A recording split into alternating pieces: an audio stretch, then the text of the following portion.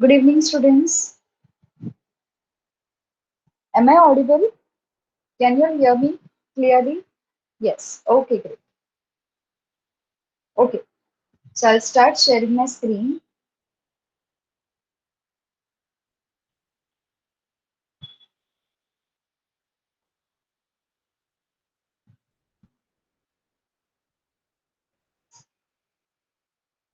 Okay. Last time आपण काय start केलेलं? आपण लास्ट टाइम दोन मटेरियल्स पाहिलेले. एक तर थर्मोकॉल होता, दुसरा होता ग्लास. करेक्ट? त्याच्यानंतर आपण थर्मोकॉल मध्ये हे पाहिलेलं की थर्मोकॉल कशाने बनवला जातो, त्याच्यामध्ये कंटेंट काय काय असतात, कॉम्पोजिशन्स काय काय असतात, कुठल्या पॉइंटला तो हीट होतो आणि कुठल्या पॉइंटला तो मेल्ट होतो, कुठल्या पॉइंटला तो हे होतो, फ्रीज होतो, सॉलिड आणि लिक्विड स्टेटमध्ये त्याचे फॉर्म्स कुठले कुठले असतात, हे सर्व आपण लास्ट टाइम पाहिलेलं. त्याच्यानंतर आपण हे सुद्धा पाहिलेलं की थर्मोकॉलचे जे ऍडव्हर्स इफेक्ट्स आहेत, ओके, जेव्हा आपण जास्त थर्मोकॉल यूज करतो तर एन्व्हायरमेंट वरती त्याचे कुठले कुठले ऍडव्हर्स इफेक्ट्स होतात आणि कशा प्रकारे होतात. ओके. त्यानंतर आपण हे सुद्धा पाहिलेले, हे सगळे ऍडव्हर्स इफेक्ट जे थर्मोकॉल होते ते आपण 4 पॉइंट्स मध्ये नोट डाऊन केलेले. सगळ्यात पहिला पॉइंट होता बीइंग कार्सिनोजेनिक इंग्रेडियंट्स, म्हणजे त्याच्यामध्ये कॅन्सर कॉझिंग इंग्रेडियंट्स आहेत, ज्याच्यामुळे त्याचा प्रभाव जो आहे तो माणसांवरती किंवा जनावरांवरती खूप हानिकारक असतो. त्यानंतर आपण दुसरा पार्ट पाहिलेला, दुसरा पॉइंट त्याच्यामध्ये होता नॉन बायोडिग्रेडेबल, म्हणजे ह्याचा काहीही अंत नाहीये. हा थर्माकोल जो आहे तो नेचरमध्ये किंवा एन्व्हायरमेंटमध्ये तो डिस्ट्रॉय नाही होत. त्यामुळे जेवढा डिस्ट्रॉय नाही होणार तेवढा तो अक्युमुलेट होत जाणार, ओके, तेवढा तो जमा होत जाणार. आणि हा जमा झालेला जर थर्माकोल आपण यूज केला तर हा थर्माकोल जो आहे यूज केलेला आपल्याला खूप प्रॉब्लेमॅटिक ठरू शकतो फ्युचरमध्ये. ओके. त्याच्यानंतर आपण हे सुद्धा पाहिलेलं आहे, mass gathering plates and cups are use to offer food water tea are made up of thermocol. तर जेवढे कुठलेही लग्न सराव असतात किंवा तुमचे फंक्शन्स असतात, फॅमिली फंक्शन्स, छोटे बर्थडे पार्टीज, इव्हेंट्स, या सगळ्या गोष्टींमध्ये थर्मोकॉलचा खूप यूज केला जातो, खूप वापर केला जातो. प्लेट्स, कप्स, डिशेस, त्याच्यानंतर वाट्या, बाउल्स, हे सगळे आहेत ते थर्मोकॉलचे बनवले जातात, जे यूज अँड थ्रो असतात. आता विचार करा, जर का तुम्ही एक प्लेट यूज केली आणि असे 500 जण जमा झाली, 500 प्लेट्स होतील, त्यांच्या बरोबर अजून त्यांची छोटी छोटी मुलं ते सुद्धा खातील, कधी प्लेट खाली पडली तर अजून ते प्लेट नवीन घेतील, तर असं करून नियरली 500 जणांची जी प्लेट असेल ती अराउंड 800 होईल. तर विचार करा ती एका लग्नामध्ये 800 थर्मोकॉलच्या प्लेट्स एन्व्हायरमेंटसाठी किती हार्मफुल होऊ शकतात. असे लग्नाच्या सीझन मध्ये खूप सारी लग्न असतात, जेव्हा फंक्शन्स किंवा जेव्हा कुठली पूजा असते तेव्हा सगळीकडे पूजा वगैरे असते, करेक्ट. तर विचार करा, एका जागेमधून जर 800 प्लेट्स आल्या थर्माकोलच्या वेस्ट केलेल्या, तर बाकीच्या जागांवरनं किती प्लेट्स येतील. तर असं करून हे एन्व्हायरमेंटसाठी खूप प्रॉब्लेमॅटिक असतं आणि आपल्याला या थर्माकोलचा यूज जो आहे, वापर जो आहे तो थांबवायचा आहे इकडे. त्याच्यानंतर आपण चौथा पॉइंट जो होता तो पाहिला, effect on persons working in thermocol factory. जे थर्मोकॉल फॅक्टरीमध्ये स्वतः काम करतात त्यांच्यावरती त्याचा प्रभाव कसा पडतो, ते सुद्धा यामधून निघतात. त्यांना सुद्धा खूप प्रॉब्लेम्स होतात, स्किन डिझिजेस होतात, स्किन बर्न्स येतात, डोळ्यांमध्ये प्रॉब्लेम होतो.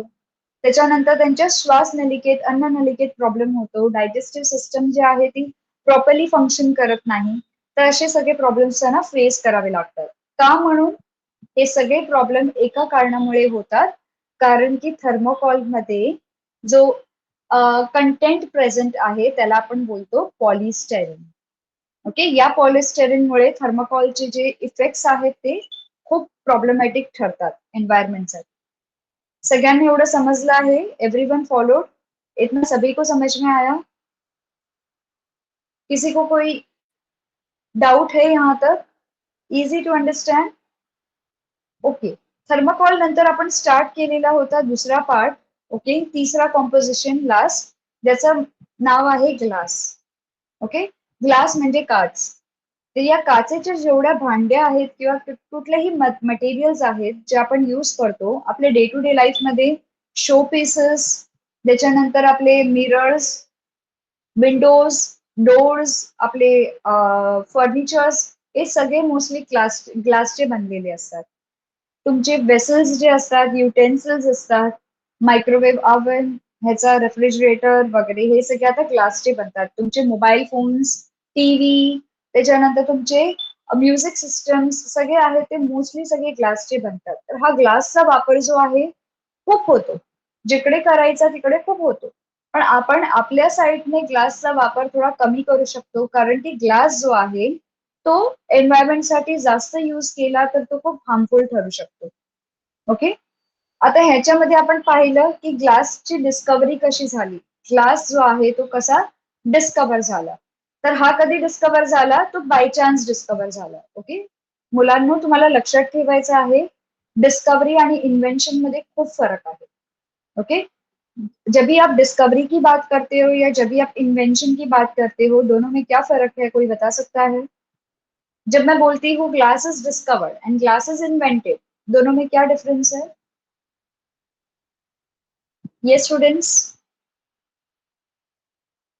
कोई बता सकता है डिस्कवरी और इन्वेंशन में difference? You all can try, give it a try. It's okay if you are wrong, at least आपके डाउट्स क्लियर हो जाएंगे. डिस्कवरी और इन्वेंशन में क्या डिफरेंस है? ये students,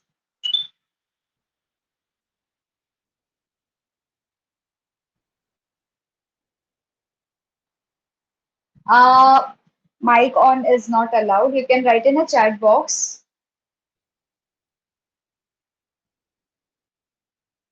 You can tell in your own words, write down in a chat box. I'm waiting.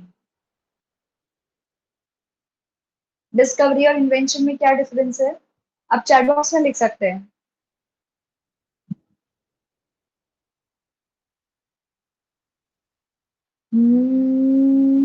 Okay, Kadambari, good attempt.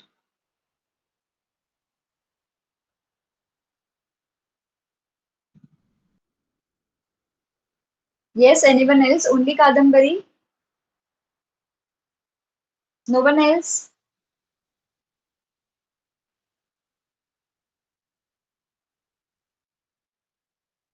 Yes, students, quickly.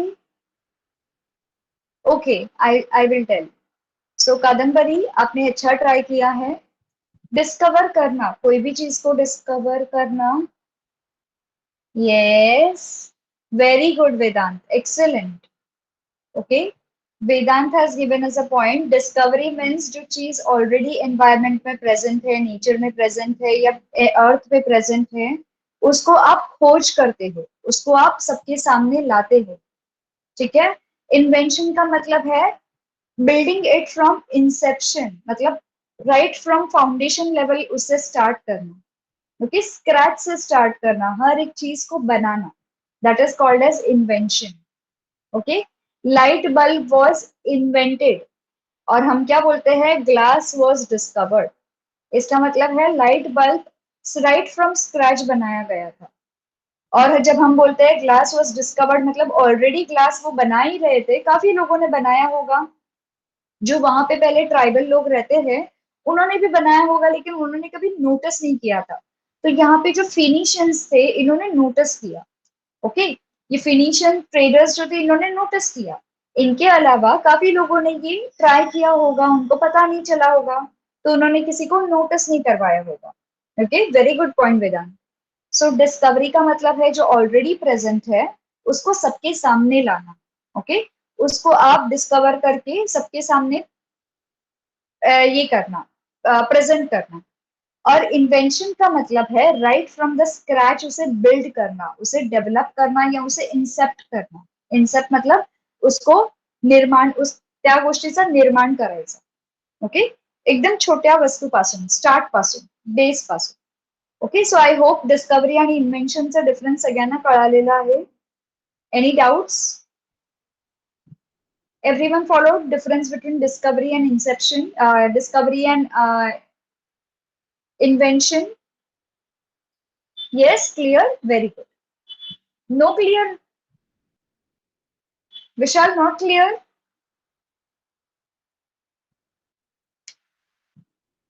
Yes Vishal, क्या doubt है आपको?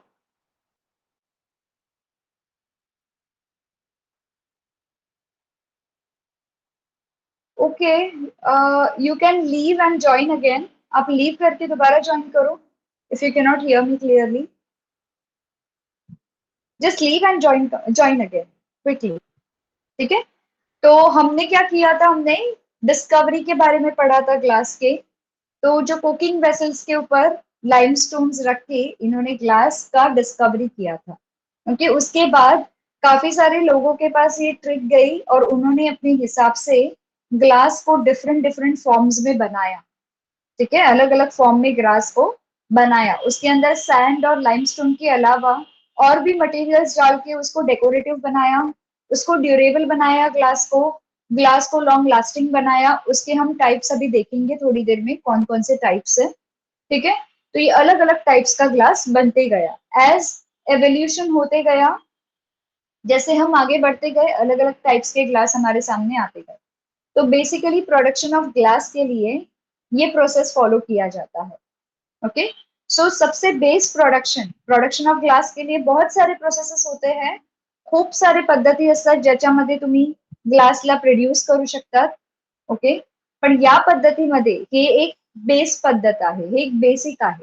ओके, तर ह्याच्यामध्ये ही फाउंडेशन पद्धत जी आहे ही सगळीकडे अप्लाय होते, फक्त याच्यामध्ये रॉ मटेरियल्स वेगवेगळे मिक्स केले जातात depending upon the type of glass you want.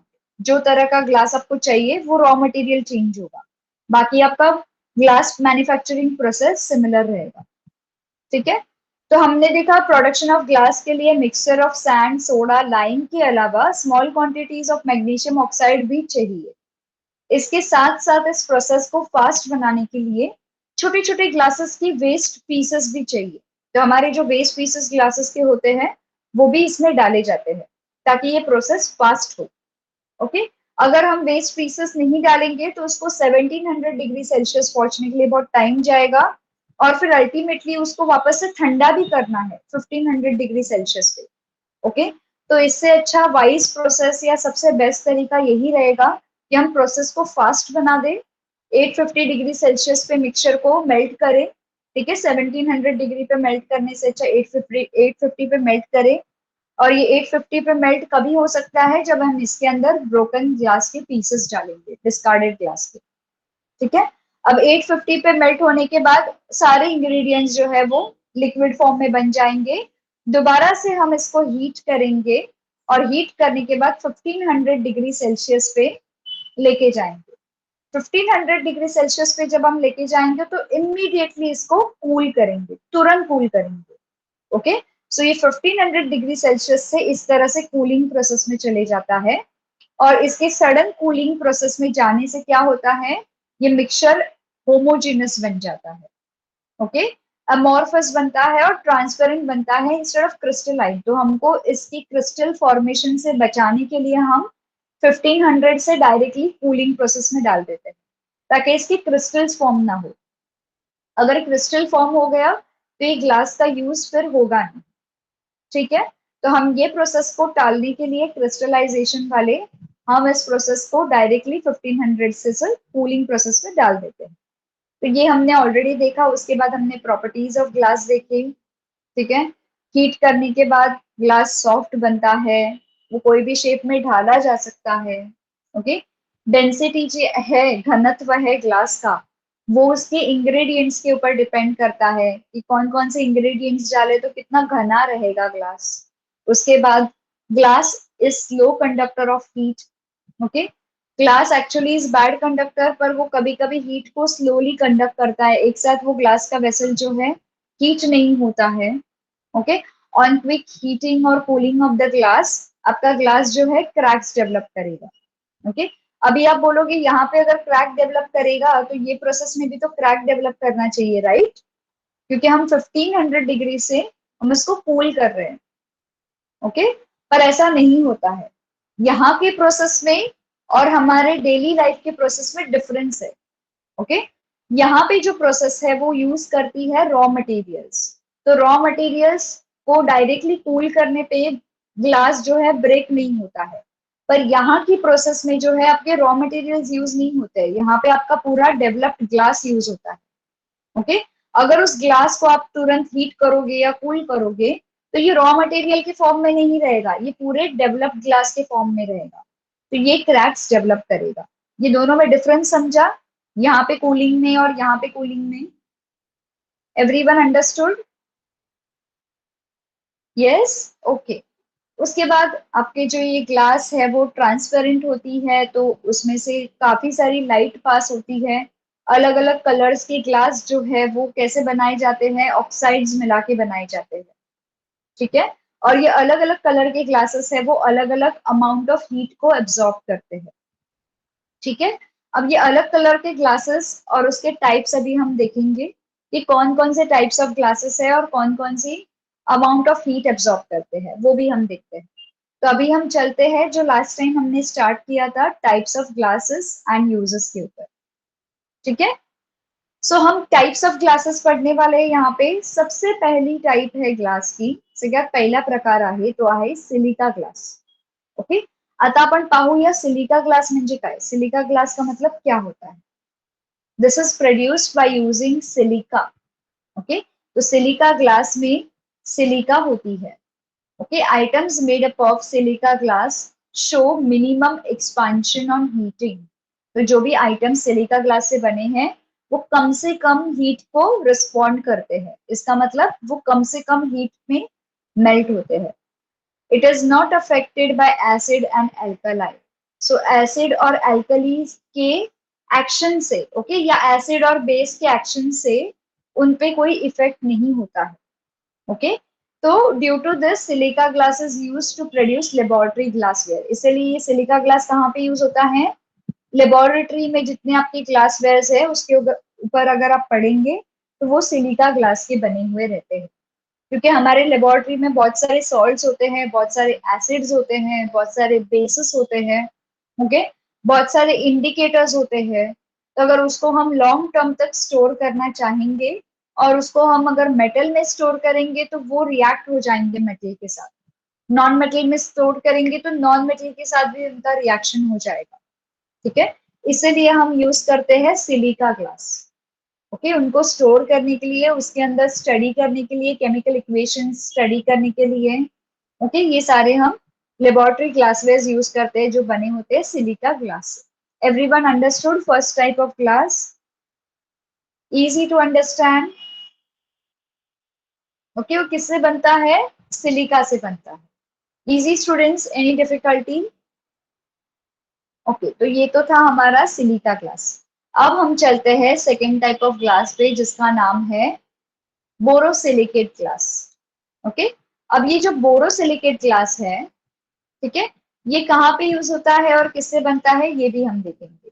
तो हमारे पास ये बोरोसिलिकेट ग्लास है, is produced by melting mixture of sand, soda, boric acid and aluminium oxide. ये चार चीजों से ये ग्लास बनता है। ओके, बोरोसिलिकेट, सिलिकेट का मतलब है सैंड और सोडा तो होगा ही, ठीक है। बोरो मतलब बोरिक एसिड रहेगा और एल्यूमिनियम रहेगा, ठीक है। सो ये चार इंग्रेडिएंट्स बोरोसिलिकेट ग्लास में होते हैं, sand, soda, boric acid and aluminium oxide, ठीक है। This glass does not show any effect on medicine. तो आपके जो मेडिसिन बनाए होते हैं उसके ऊपर ये इफेक्टिव नहीं होता है, या मेडिसिन के साथ ये रिएक्शन नहीं बनाता है। हेंस जो आपके मेडिसिन की बॉटल्स होती है जो ब्राउन कलर की दिखती है आपको mostly, okay, the bottles made up of borosilicate glass are used in pharmaceutical industry to store the medicine. Okay, इसलिए आपकी जितनी भी दवाइयों की बॉटल रहेगी जैसे कफ सिरप, ओके, उसके बाद आपकी जो डाइजेस्टिव सिरप्स रहेंगे, तो ये सारी बॉटल्स जो रहेगी ब्राउन कलर की बनाई रहेगी, which is for the use of borosilicate glass. Okay, now अभी आप बोलोगे कोई कोई बॉटल्स ट्रांसपेरेंट होती है, कोई कोई ब्राउन क्यों होती है? यस और नो? आप लोगों ने देखा रहेगा दवाइयों की कोई कोई बॉटल्स जो होती है वो ब्राउन होती है, कोई कोई ट्रांसपेरेंट होती है। यस और नो स्टूडेंट्स? दोनों बॉटल्स में डिफरेंस क्यों होता है, क्या कोई बता सकता है? कोणी सांगू शकतं? एक बॉटल ब्राउन आणि एक बॉटल ट्रान्सपरंट का असते, पारदर्शी असते एक बॉटल, आणि एक बॉटल ब्राऊन असते, असं का म्हणून? वेगवेगळा रंग का असतो? कोणी सांगू शकतं? येस स्टुडंट्स, तुम्ही ट्राय करू शकता.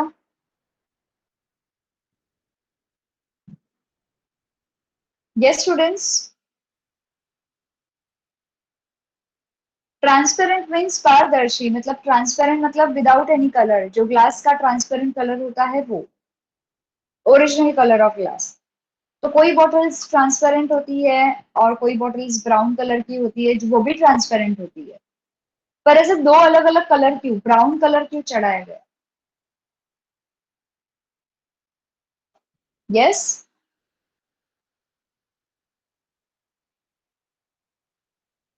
This may not contain aluminium. Okay, और कोई रीजन?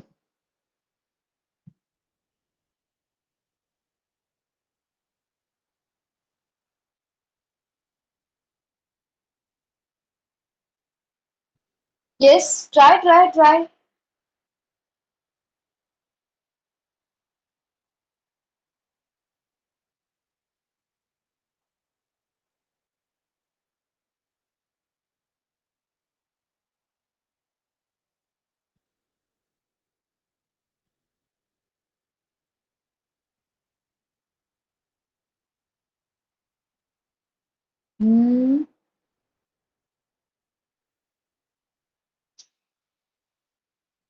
ओके ओके, चलो आई टेल यू। बेसिकली जो ब्राउन बॉटल्स होती है, my voice is breaking, is it? Vishal, partially right. Not acid is the reason. Acid reason he. Can you all hear me? Is my voice still breaking? मेरी voice अभी भी break हो रही है? No? Okay okay. So basically ये brown colour जो होता है मेडिसिन की बॉटल का, वो इसलिए होता है क्योंकि उसके साथ जो मेडिसिन की बॉटल में टॉनिक प्रेजेंट होती है, जो लिक्विड प्रेजेंट होता है, लिक्विड मेडिसिन। ओके, तो उस लिक्विड मेडिसिन के ऊपर अल्ट्रावायलेट रेज जो है हमारे इन्वायरमेंट में प्रेजेंट है वो रिएक्ट ना करे। अभी कोई कोई मेडिसिन इतने सेंसिटिव होते हैं, इतने डेलिकेट होते हैं कि उस पे अगर सन की रेस थोड़ी ज्यादा पड़े तो पूरा मेडिसिन एक्सपायर होगा या वो केमिकल रिएक्शन में चला जाएगा। तो वो केमिकल रिएक्शन को प्रिवेंट करने के लिए जो आपकी दवाइयों की बोतल होती है वो ब्राउन कलर की होती है। ओके, और कोई कोई जो टॉनिक होता है या कोई कोई सिरप होता है वो सन के रेस से इतना इफेक्ट नहीं करता है। ओके, वो सन के रेज पे इतना इफेक्ट नहीं करता है, थोड़ा सा सन का एक्सपोजर वो टॉलरेट कर सकता है। लेकिन कोई कोई बॉटल्स में जो सिरप होता है वो आपकी लाइट के एक्सपोजर को टॉलरेट नहीं कर सकते हैं। तो उसे हम बोलते हैं अल्ट्रावायलेट लाइट का एक्सपोजर, जो आपकी मेडिसिन के साथ रिएक्ट कर सकता है। लेकिन वो ब्राउन कलर जो होता है बॉटल के ऊपर, या ऑरेंज कलर की बॉटल होती है, लाइट ब्राउन कलर की बॉटल, वो उसे प्रिवेंट करती है अल्ट्रावायलेट रेस को अंदर ट्रांसफर होने से। Everyone followed? ये अलग अलग कलर्स के होते हैं बॉटल के। Everyone understood students? To prevent the reaction of light with medicine, prevention of ultraviolet light with medicine. Okay, अब हम आते हैं हमारे borosilicate class. So hence bottles made up of borosilicate glass are used in pharmaceutical industries to store the medicines. Okay, I hope borosilicate glass is easy to understand. Shall we go to another glass, alkali silicate glass? Third part वरती जाऊया आपण. Okay, आता alkali silicate glass आहे, it is produced by heating the mixture of sand and soda. तो alkali silicate glass या alkali silicate glass बोल दो, ये किससे बनता है? सैंड और सोडा जो मिक्सचर होता है इनको हीट करके बनता है। ओके, अब ये जो है एल्कली, इसका मतलब ये है सैंड और सोडा, ये दोनों मिला के आपका एल्कली सिलिकेट बनाएगा। ठीक है, अब इस तरह का जो ग्लास होता है, ठीक है, it is soluble in water, ये पानी के अंदर सोल्यूबल होता है, hence it is called as a water glass. Okay, ये पानी के साथ अच्छे से मिक्स हो जाता है। ओके, तो इसे हम बोलते हैं water glass. All right, everyone followed, everyone understood alkali silicate glass? Alkali silicate glass किससे बनता है ये alkali silicate glass? It is produced by heating the mixture of sand and soda. ठीक है, और इसके बाद ये जो ग्लास है ये पानी के अंदर सोल्यूबल होता है, पानी के अंदर मिक्स हो सकता है, इसलिए इसका नाम दिया है वाटर ग्लास। ओके, अभी इसकी यूजेस क्या है, क्या आप बता सकते हो? अगर ये पानी के साथ मिक्स होता है तो इसके यूजेस क्या है?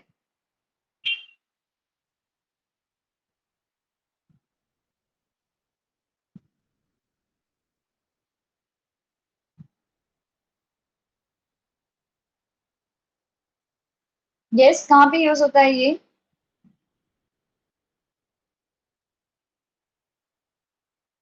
Soda and no, actually use है इसका कहाँ पे होता है?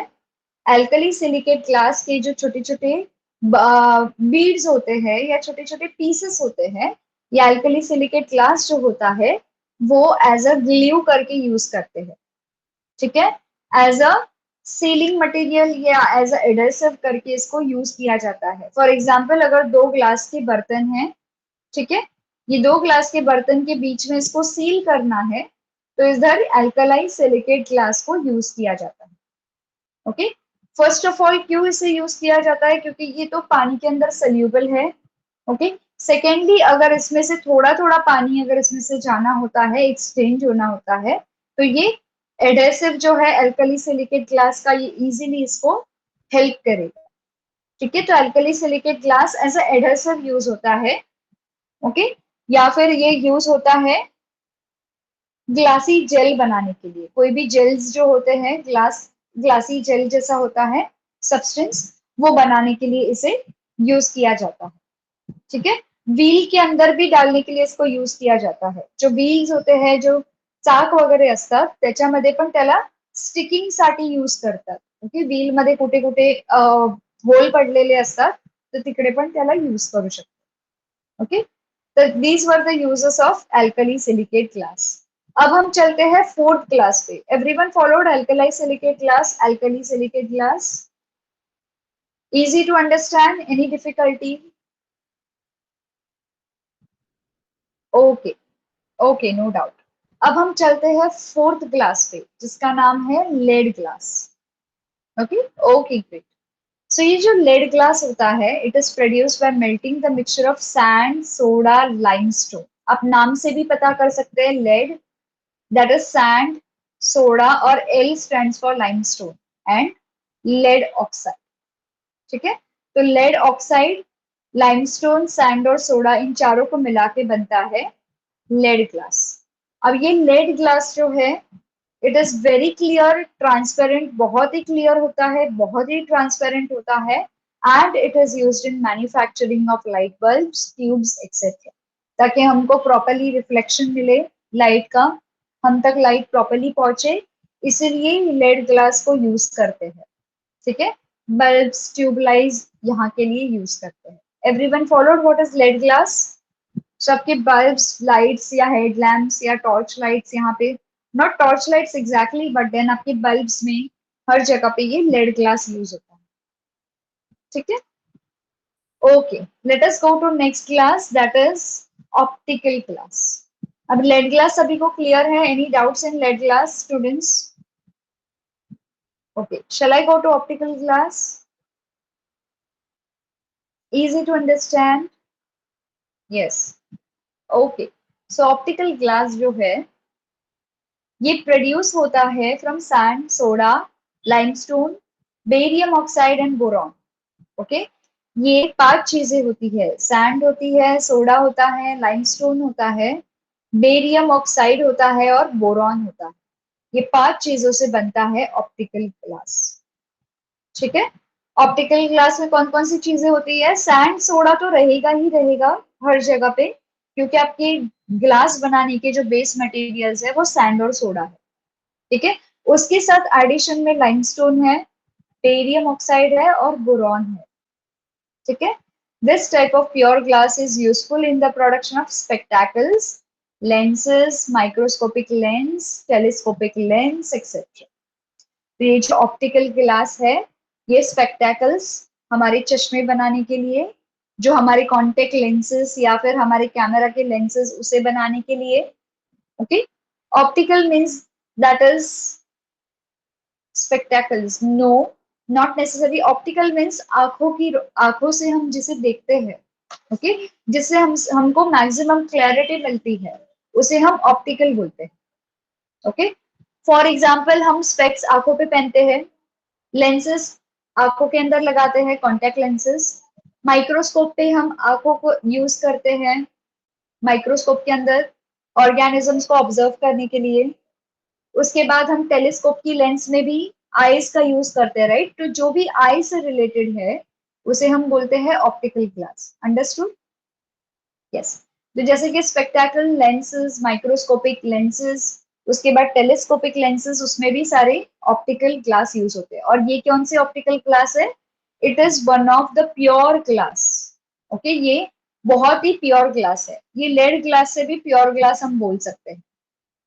ठीक है, ये प्योर ग्लास है, ये क्लियर और ट्रांसपेरेंट है लेड ग्लास, बट आपका ऑप्टिकल ग्लास है वो प्योर ग्लास है। ठीक है, इसलिए हम इजीली इसके ग्लास के कॉम्बिनेशंस को एडजस्ट करके दूर की चीज को पास देख सकते हैं। ओके, उसके बाद हम आते हैं कलर्ड ग्लास पे। Everyone is clear with optical glass? किसी को कोई डाउट है यहाँ तक? Any difficulty students? Your scale is which type of glass? Which scale? अच्छा, जो स्केल हम यूज करते हैं। Yes,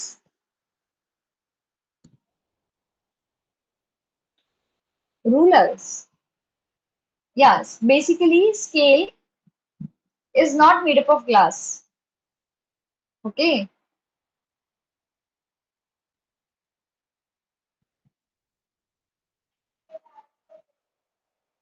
Yes, students.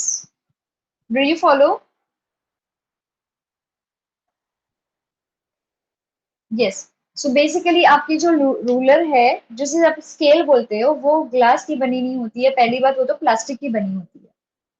ठीक है, और कोई भी रूलर जो होती है वो ग्लास की बनी नहीं होती है, फॉर सिक्योरिटी रीजंस। सो जो भी आपकी रूलर आप देखते हो, स्केल देखते हो, वो प्लास्टिक की बनी होती है। ओके, ठीक है। Let us come to sixth part of glass, sixth type of glass that is called as a colored glass. ठीक है, as from the name only you can understand, नावावरूनच तुम्हाला समजू शकतं की हे कलर बद्दल आहे. आता एक कलर कशाशी रिलेटेड आहे, कोणाशी रिलेटेड आहे? Soda line glass is a colourless. So as to impart desired color, oxide of specific metal is mixed during manufacturing process. ठीक है, तो हर एक कलर को डालने के लिए, ग्लास के साथ मिक्स करने के लिए, अलग अलग मेटल्स के ऑक्साइड जो है वो ऐड किए जाते हैं ड्यूरिंग मैन्युफैक्चरिंग प्रोसेस। जो फर्नेंस होता है उसी में ऐड किए जाते हैं। जैसे फेरस ऑक्साइड जो है is mixed to get bluish green glass, and copper oxide is mixed to get red or orangish glass.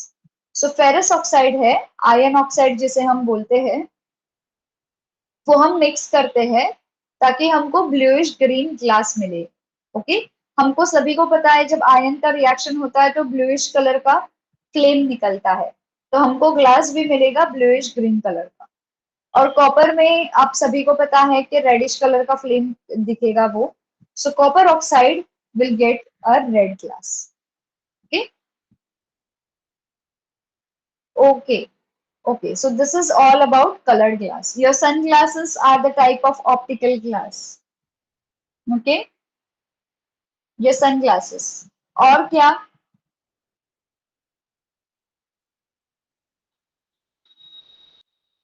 Yes.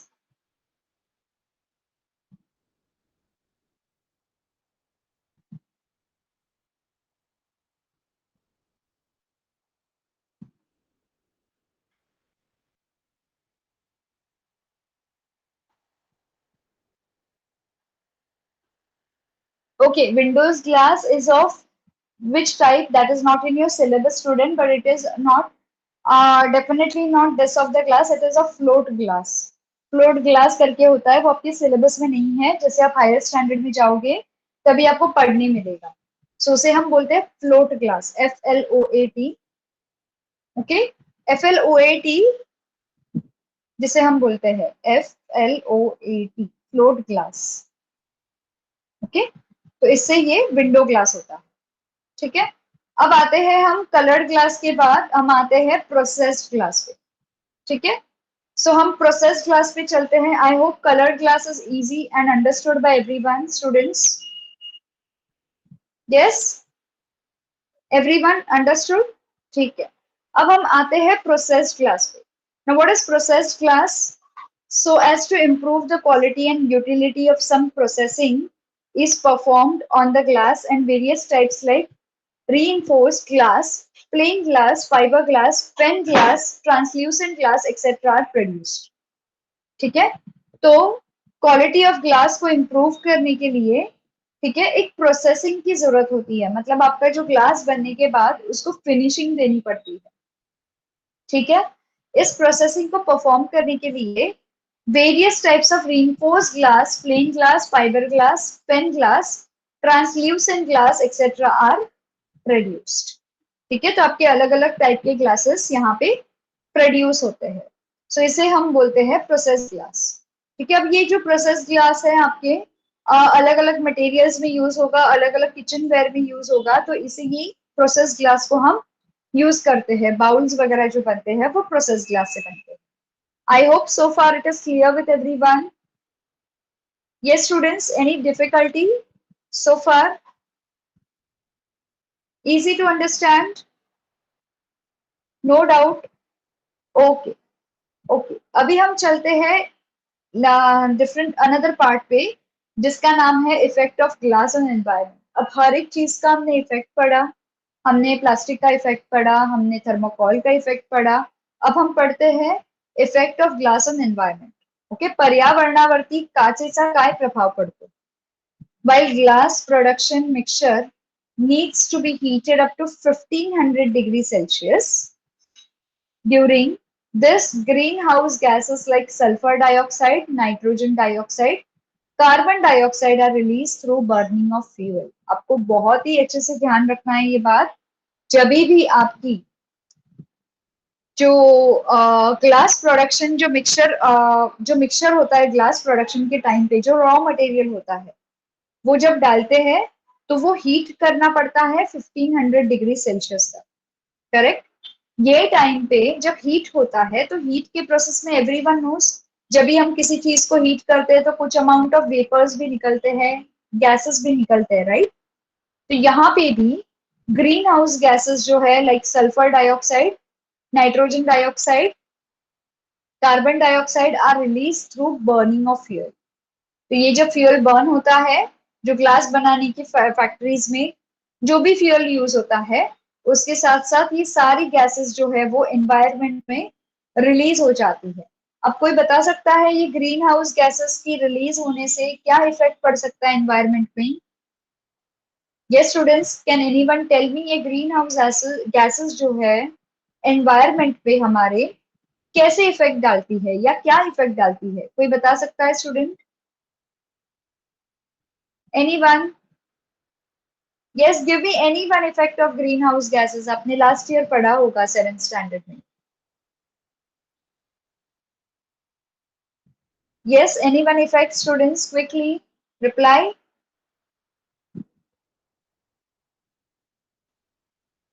Green house gases की क्या इफेक्ट्स होते हैं students?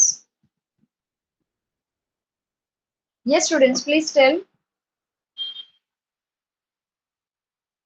Very good, air pollution, excellent. और only air pollution?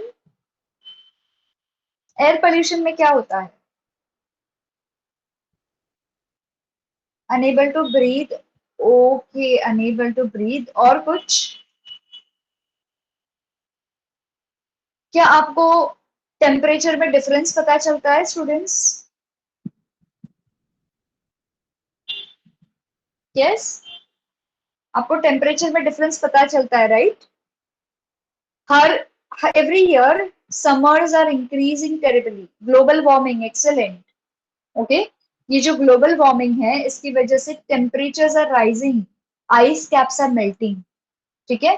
जो आपने ये movie देखी है आइस एज करके, किसी ने देखी होगी, एनिमेटेड मूवी है। अगर नहीं देखी तो आप देख लो, आइस एज करके मूवी है। ओके। बहुत ही अच्छी मूवी है, बहुत ही इंटरेस्टिंग मूवी है।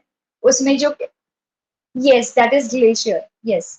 तो उसमें बताया गया है कि एनिमल्स के माध्यम से या एनिमल्स के जरिए बताया गया है कि ग्लोबल वार्मिंग का इफेक्ट ह्यूमंस पे ही नहीं लेकिन एनिमल्स पे कितनी बुरी तरह से पड़ता है।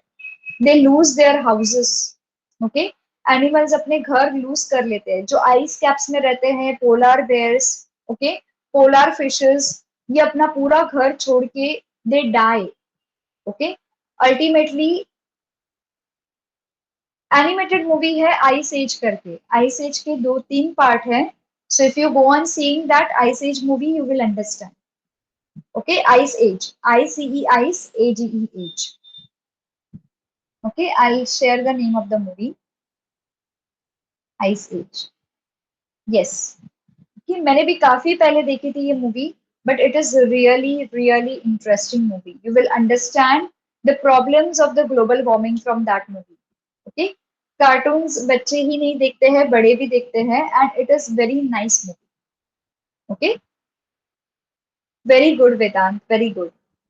It is available on YouTube. Take help of your elder parents. Okay, parents की हेल्प लेना और आपके एल्डर ब्रदर या एल्डर सिस्टर की हेल्प लेना सर्च करने के लिए। ठीक है, डायरेक्टली आप सर्च मत करना, sometimes the link will not match and you will get inappropriate content. तो आप एल्डर्स की हेल्प लेना डाउनलोड करने के लिए।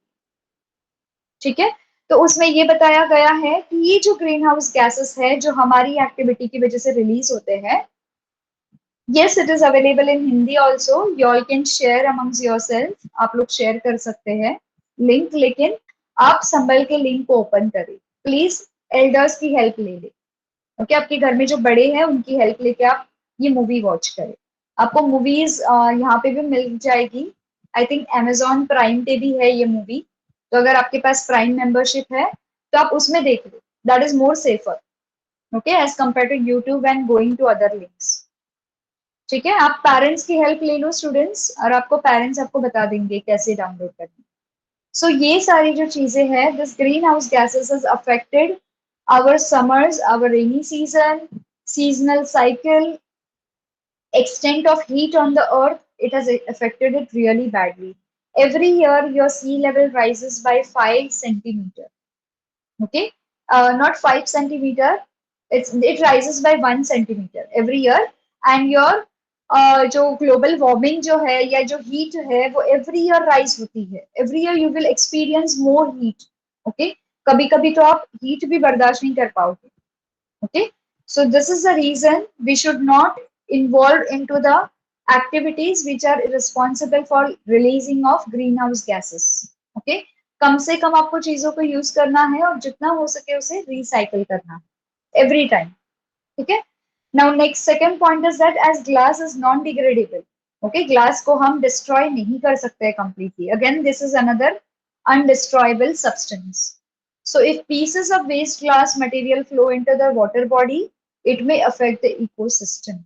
अगर छोटी छोटी ग्लास की पीसेस वाटर बॉडी में चले जाते हैं तो वो एक्वेटिक इकोसिस्टम के लिए बहुत बहुत हार्मफुल होते हैं।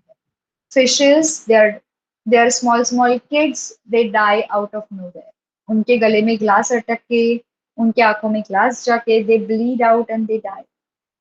Okay, so similarly drainage may also get blocked due to this species. इस species की वजह से आपके घर के ड्रेनेज सिस्टम जो होते हैं वो भी ब्लॉक हो सकते हैं। So always while discarding the glass, you have to discard it very very carefully.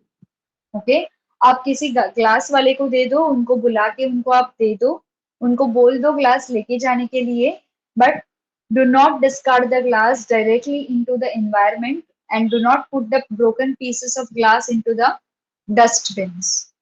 Okay, always discard the glass carefully. Now, to prevent the degradation due to the sunlight, some materials are stored in which type of bottles? अभी अभी हमने discuss किया था ultraviolet rise से produce करने के लिए। Which type of glass is used in vehicles to avoid injuries and accidents? Okay, so आपको ये भी फाइंड आउट करना है कि कौन से टाइप ऑफ ग्लास व्हीकल्स में यूज होता है, जैसे कि व्हीकल्स के फ्रंट साइड पे कौन सा ग्लास यूज होता है। ओके, जब व्हीकल्स का एक्सीडेंट होता है आप लोगों ने देखा रहेगा फ्रंट साइड पे क्रैक आता है, वो टोटली ग्लास ब्रेक नहीं होता है। ओके, और अगर ब्रेक हुआ ग्लास तो बड़े बड़े पीसेस में ब्रेक होता है, छोटे छोटे पीसेस में ब्रेक नहीं होगा। ओके, तो ये जो टाइप ऑफ ग्लास है ये किससे बना हुआ रहता है, ये आपको फाइंड आउट करना है, ये आपका आज का होमवर्क है। You have to collect information on all this two. एक तो हमने डिस्कस किया है, दूसरा आपको फाइंड आउट करना है। So with this, we are finishing our chapter number 17 and we have completed our portion. किसी को कोई डाउट है students? Any doubt so far? Easy to understand? Yes, I was clear. Okay, okay. So here I'll repeat once again. दोबारा से एक बार revision करते हैं, then we will stop here. ठीक है?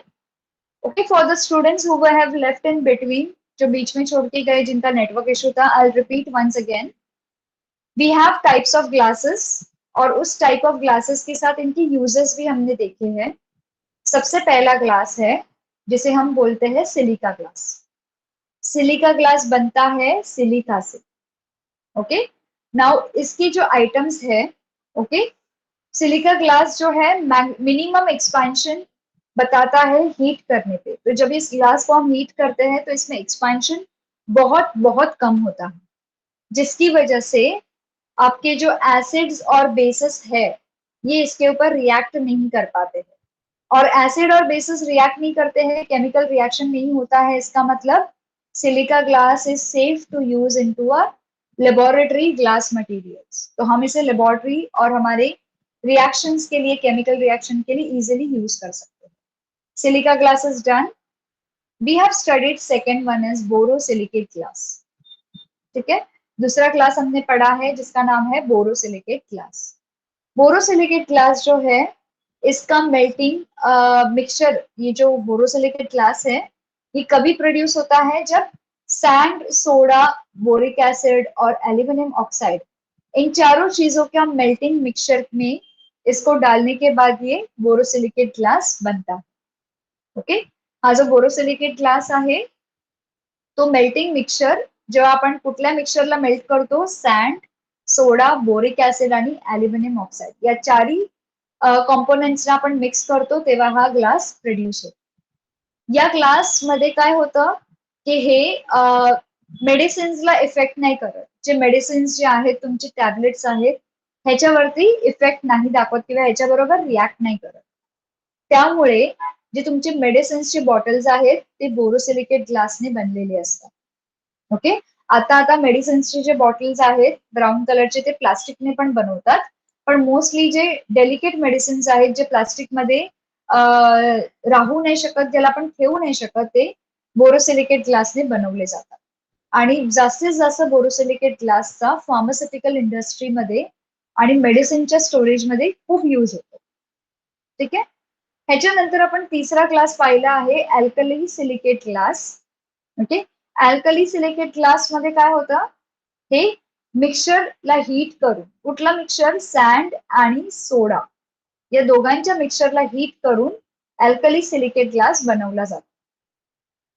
आता हा ग्लास जो आहे तो वॉटर सोल्युबल ग्लास आहे, त्यामुळे त्याचं नाव आहे वॉटर ग्लास। हा पाण्यामध्ये सोल्युबल होतो। आता ह्याचे युजेस मी तुम्हाला सांगितले आहेत ऑलरेडी, की हा जो ग्लास आहे तो कुठे यूज होणार आहे, एडेसिव्स, जेली गम्स जे असतात, ओके, जेल गम असतात, जेल असतात, हे वेगवेगळी जेलमध्ये हा यूज होतो। ओके, आणि जे वॉटर गम असतं, लिक्विड गम असतं, हे अल्कली सिलिकेट ग्लासने बनवलं जातं। ओके, त्याच्यानंतर आपण फोर्थ टाइप ऑफ ग्लास पाहिला ज्याचं नाव आहे लेड ग्लास। लेड ग्लास हा melting mixture of sand, soda, limestone आणि लेडने बनवला जातो। सो नावावरूनच आपल्याला कळतं याच्यामध्ये चार इन्ग्रेडियंट्स आहेत, सॅन्ड, सोडा, लाइमस्टोन आणि लेड ऑक्साइड। ओके, आता हा जो ग्लास आहे लेड ग्लास, हा एकदम क्लिअर आणि ट्रान्सपेरंट ग्लास आहे। ओके, आता हा क्लिअर आणि ट्रान्सपेरंट आहे त्यामुळे ह्याचा कुठे वापर होतो, हा वापर होतो लाईट बल्ब्सला मॅन्युफॅक्चर करण्यामध्ये। लाईट बल्ब बनवण्यामध्ये आणि ट्यूबलाइट्स मध्ये. ओके, आपल्या घरामध्ये ज्या ट्यूबलाइट्स असतात त्याच्यासाठी हा यूज केला जातो, ते बनवण्याकरता हा यूज केला जातो, कारण की हा क्लिअर आणि ट्रान्सपरंट आहे. ओके, आता ऑप्टिकल ग्लास कशाने बनवला जातो? Fifth type, optical glass is produced from the mixture of sand, soda, limestone and barium oxide. या दोघांमध्ये काय फरक आहे? इकडे पण सॅन्ड, सोडा आणि लाइमस्टोन आहे, आणि लास्ट मध्ये लेड ऑक्साइड आहे, जो की लेड ग्लास. पण या इकडे बेरियम ऑक्साइड आहे, म्हणून ऑप्टिकल ग्लास. दोघांमध्ये फरक समजला आहे? ओके, हे दोघांमध्ये फरक आहे. इकडे लेड ऑक्साइड आहे म्हणून लेड ग्लास, आणि इकडे बेरियम ऑक्साइड आहे म्हणून ऑप्टिकल ग्लास. ओके, दुसरी गोष्ट ही आहे की हा क्लिअर आणि ट्रान्सपरंट ग्लास आहे, आणि हा प्युअर ग्लास आहे. Okay, optical glass pure glass असतो, लेड ग्लास जो असतो तो क्लिअर आणि ट्रान्सपरंट ग्लास असतो. ओके, आता ऑप्टिकल ग्लास म्हणजे ऑप्टिक्स, डोळा. ओके, डोळ्याशी रिलेटेड ग्लास आहे, त्यामुळे ह्याचा वापर कुठे होतो? स्पेक्टॅकल्स, चष्म्यांमध्ये, सनग्लासेस, गॉगल्स मध्ये, लेन्सेस, कॉन्टॅक्ट लेन्सेस किंवा कुठलेही लेन्सेस तुम्ही बोलू शकता, कॅमेराचे लेन्सेस, मायक्रोस्कोप्स मध्ये, टेलिस्कोप मध्ये एक्सेट्रा. तर ह्याचा वापर जो आहे ऑप्टिकल ग्लासचा अशा प्रकारे होतो. जेवढे पण डोळ्याशी रिलेटेड हे आहेत, मटेरियल्स आहेत, त्याच्यामध्ये याचा वापर होणार. Okay, everyone easy to understand, clear? आता शेवटची जी टाईप आहे ह्याच्यामध्ये, त्याचं नाव आहे processed glass. Okay, process glass मध्ये काय होतं की, सॉरी, ऑप्टिकल ग्लास नंतर सिक्स आहे coloured glass. Okay, coloured glass नंतर प्रोसेस ग्लास आहे. Coloured glass same. Okay, soda lime glass जो का कलरलेस ग्लास असतो, त्याच्यामध्ये वेगवेगळे कलर्स ऍड केले जातात. आता हे कलर्स कसे ऍड करणार? ओके, ते मेटल टाकून कलर ऍड करते. कुठला मेटल कुठला कलर इम्पार्ट करेल ते ह्याच्यामध्ये ऍड करणार. So along with soda lime glass, okay, वेगवेगळे मेटलवाले ग्लास ऍड करतात, जसं ferrous oxide.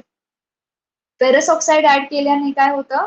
Bluish green colour ग्लासला येतो, किंवा कॉपर ऑक्साईड ऍड केल्याने रेडिश ऑरेंज कलर ग्लासला मिळतो. ओके, तशा प्रकारे वेगवेगळे मेटल्स ऍड करतात वेगवेगळे कलर देण्याकरता. तर हे आपल्या घराच्या लॅम्प मध्ये, ओके, डेकोरेटिव्ह विंडोज मध्ये, डेकोरेटिव्ह जे वस्तू असतात वास मध्ये, ह्याच्यासाठी यूज होतो. ओके, तर हे या प्रकारे आपल्याला कलर्ड ग्लास समजला. आता प्रोसेस ग्लास काय असतो? To improve the quality, some processing is performed on the glass.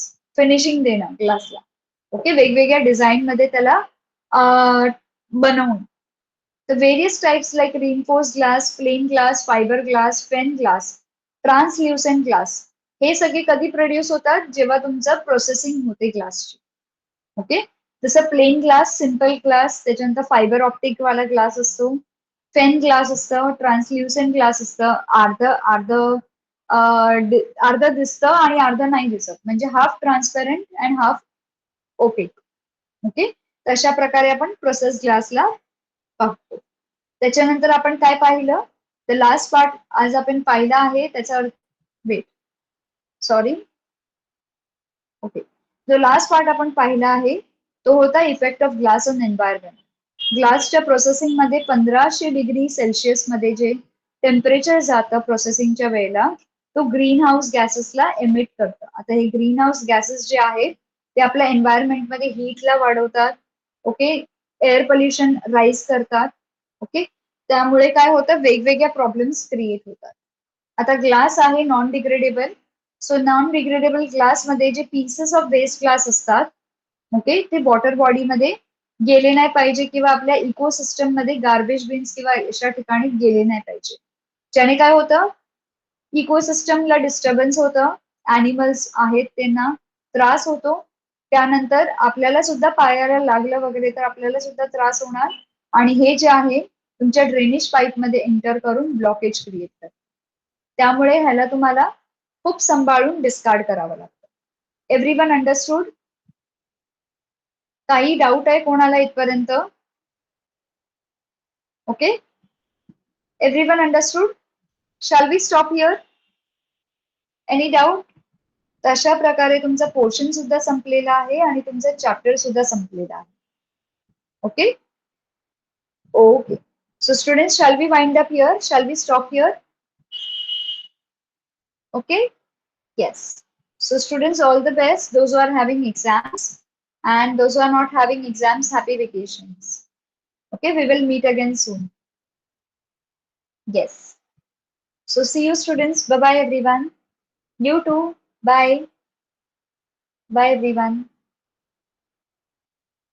Yes. Bye. Yes. Okay. Bye. Bye. Bye everyone.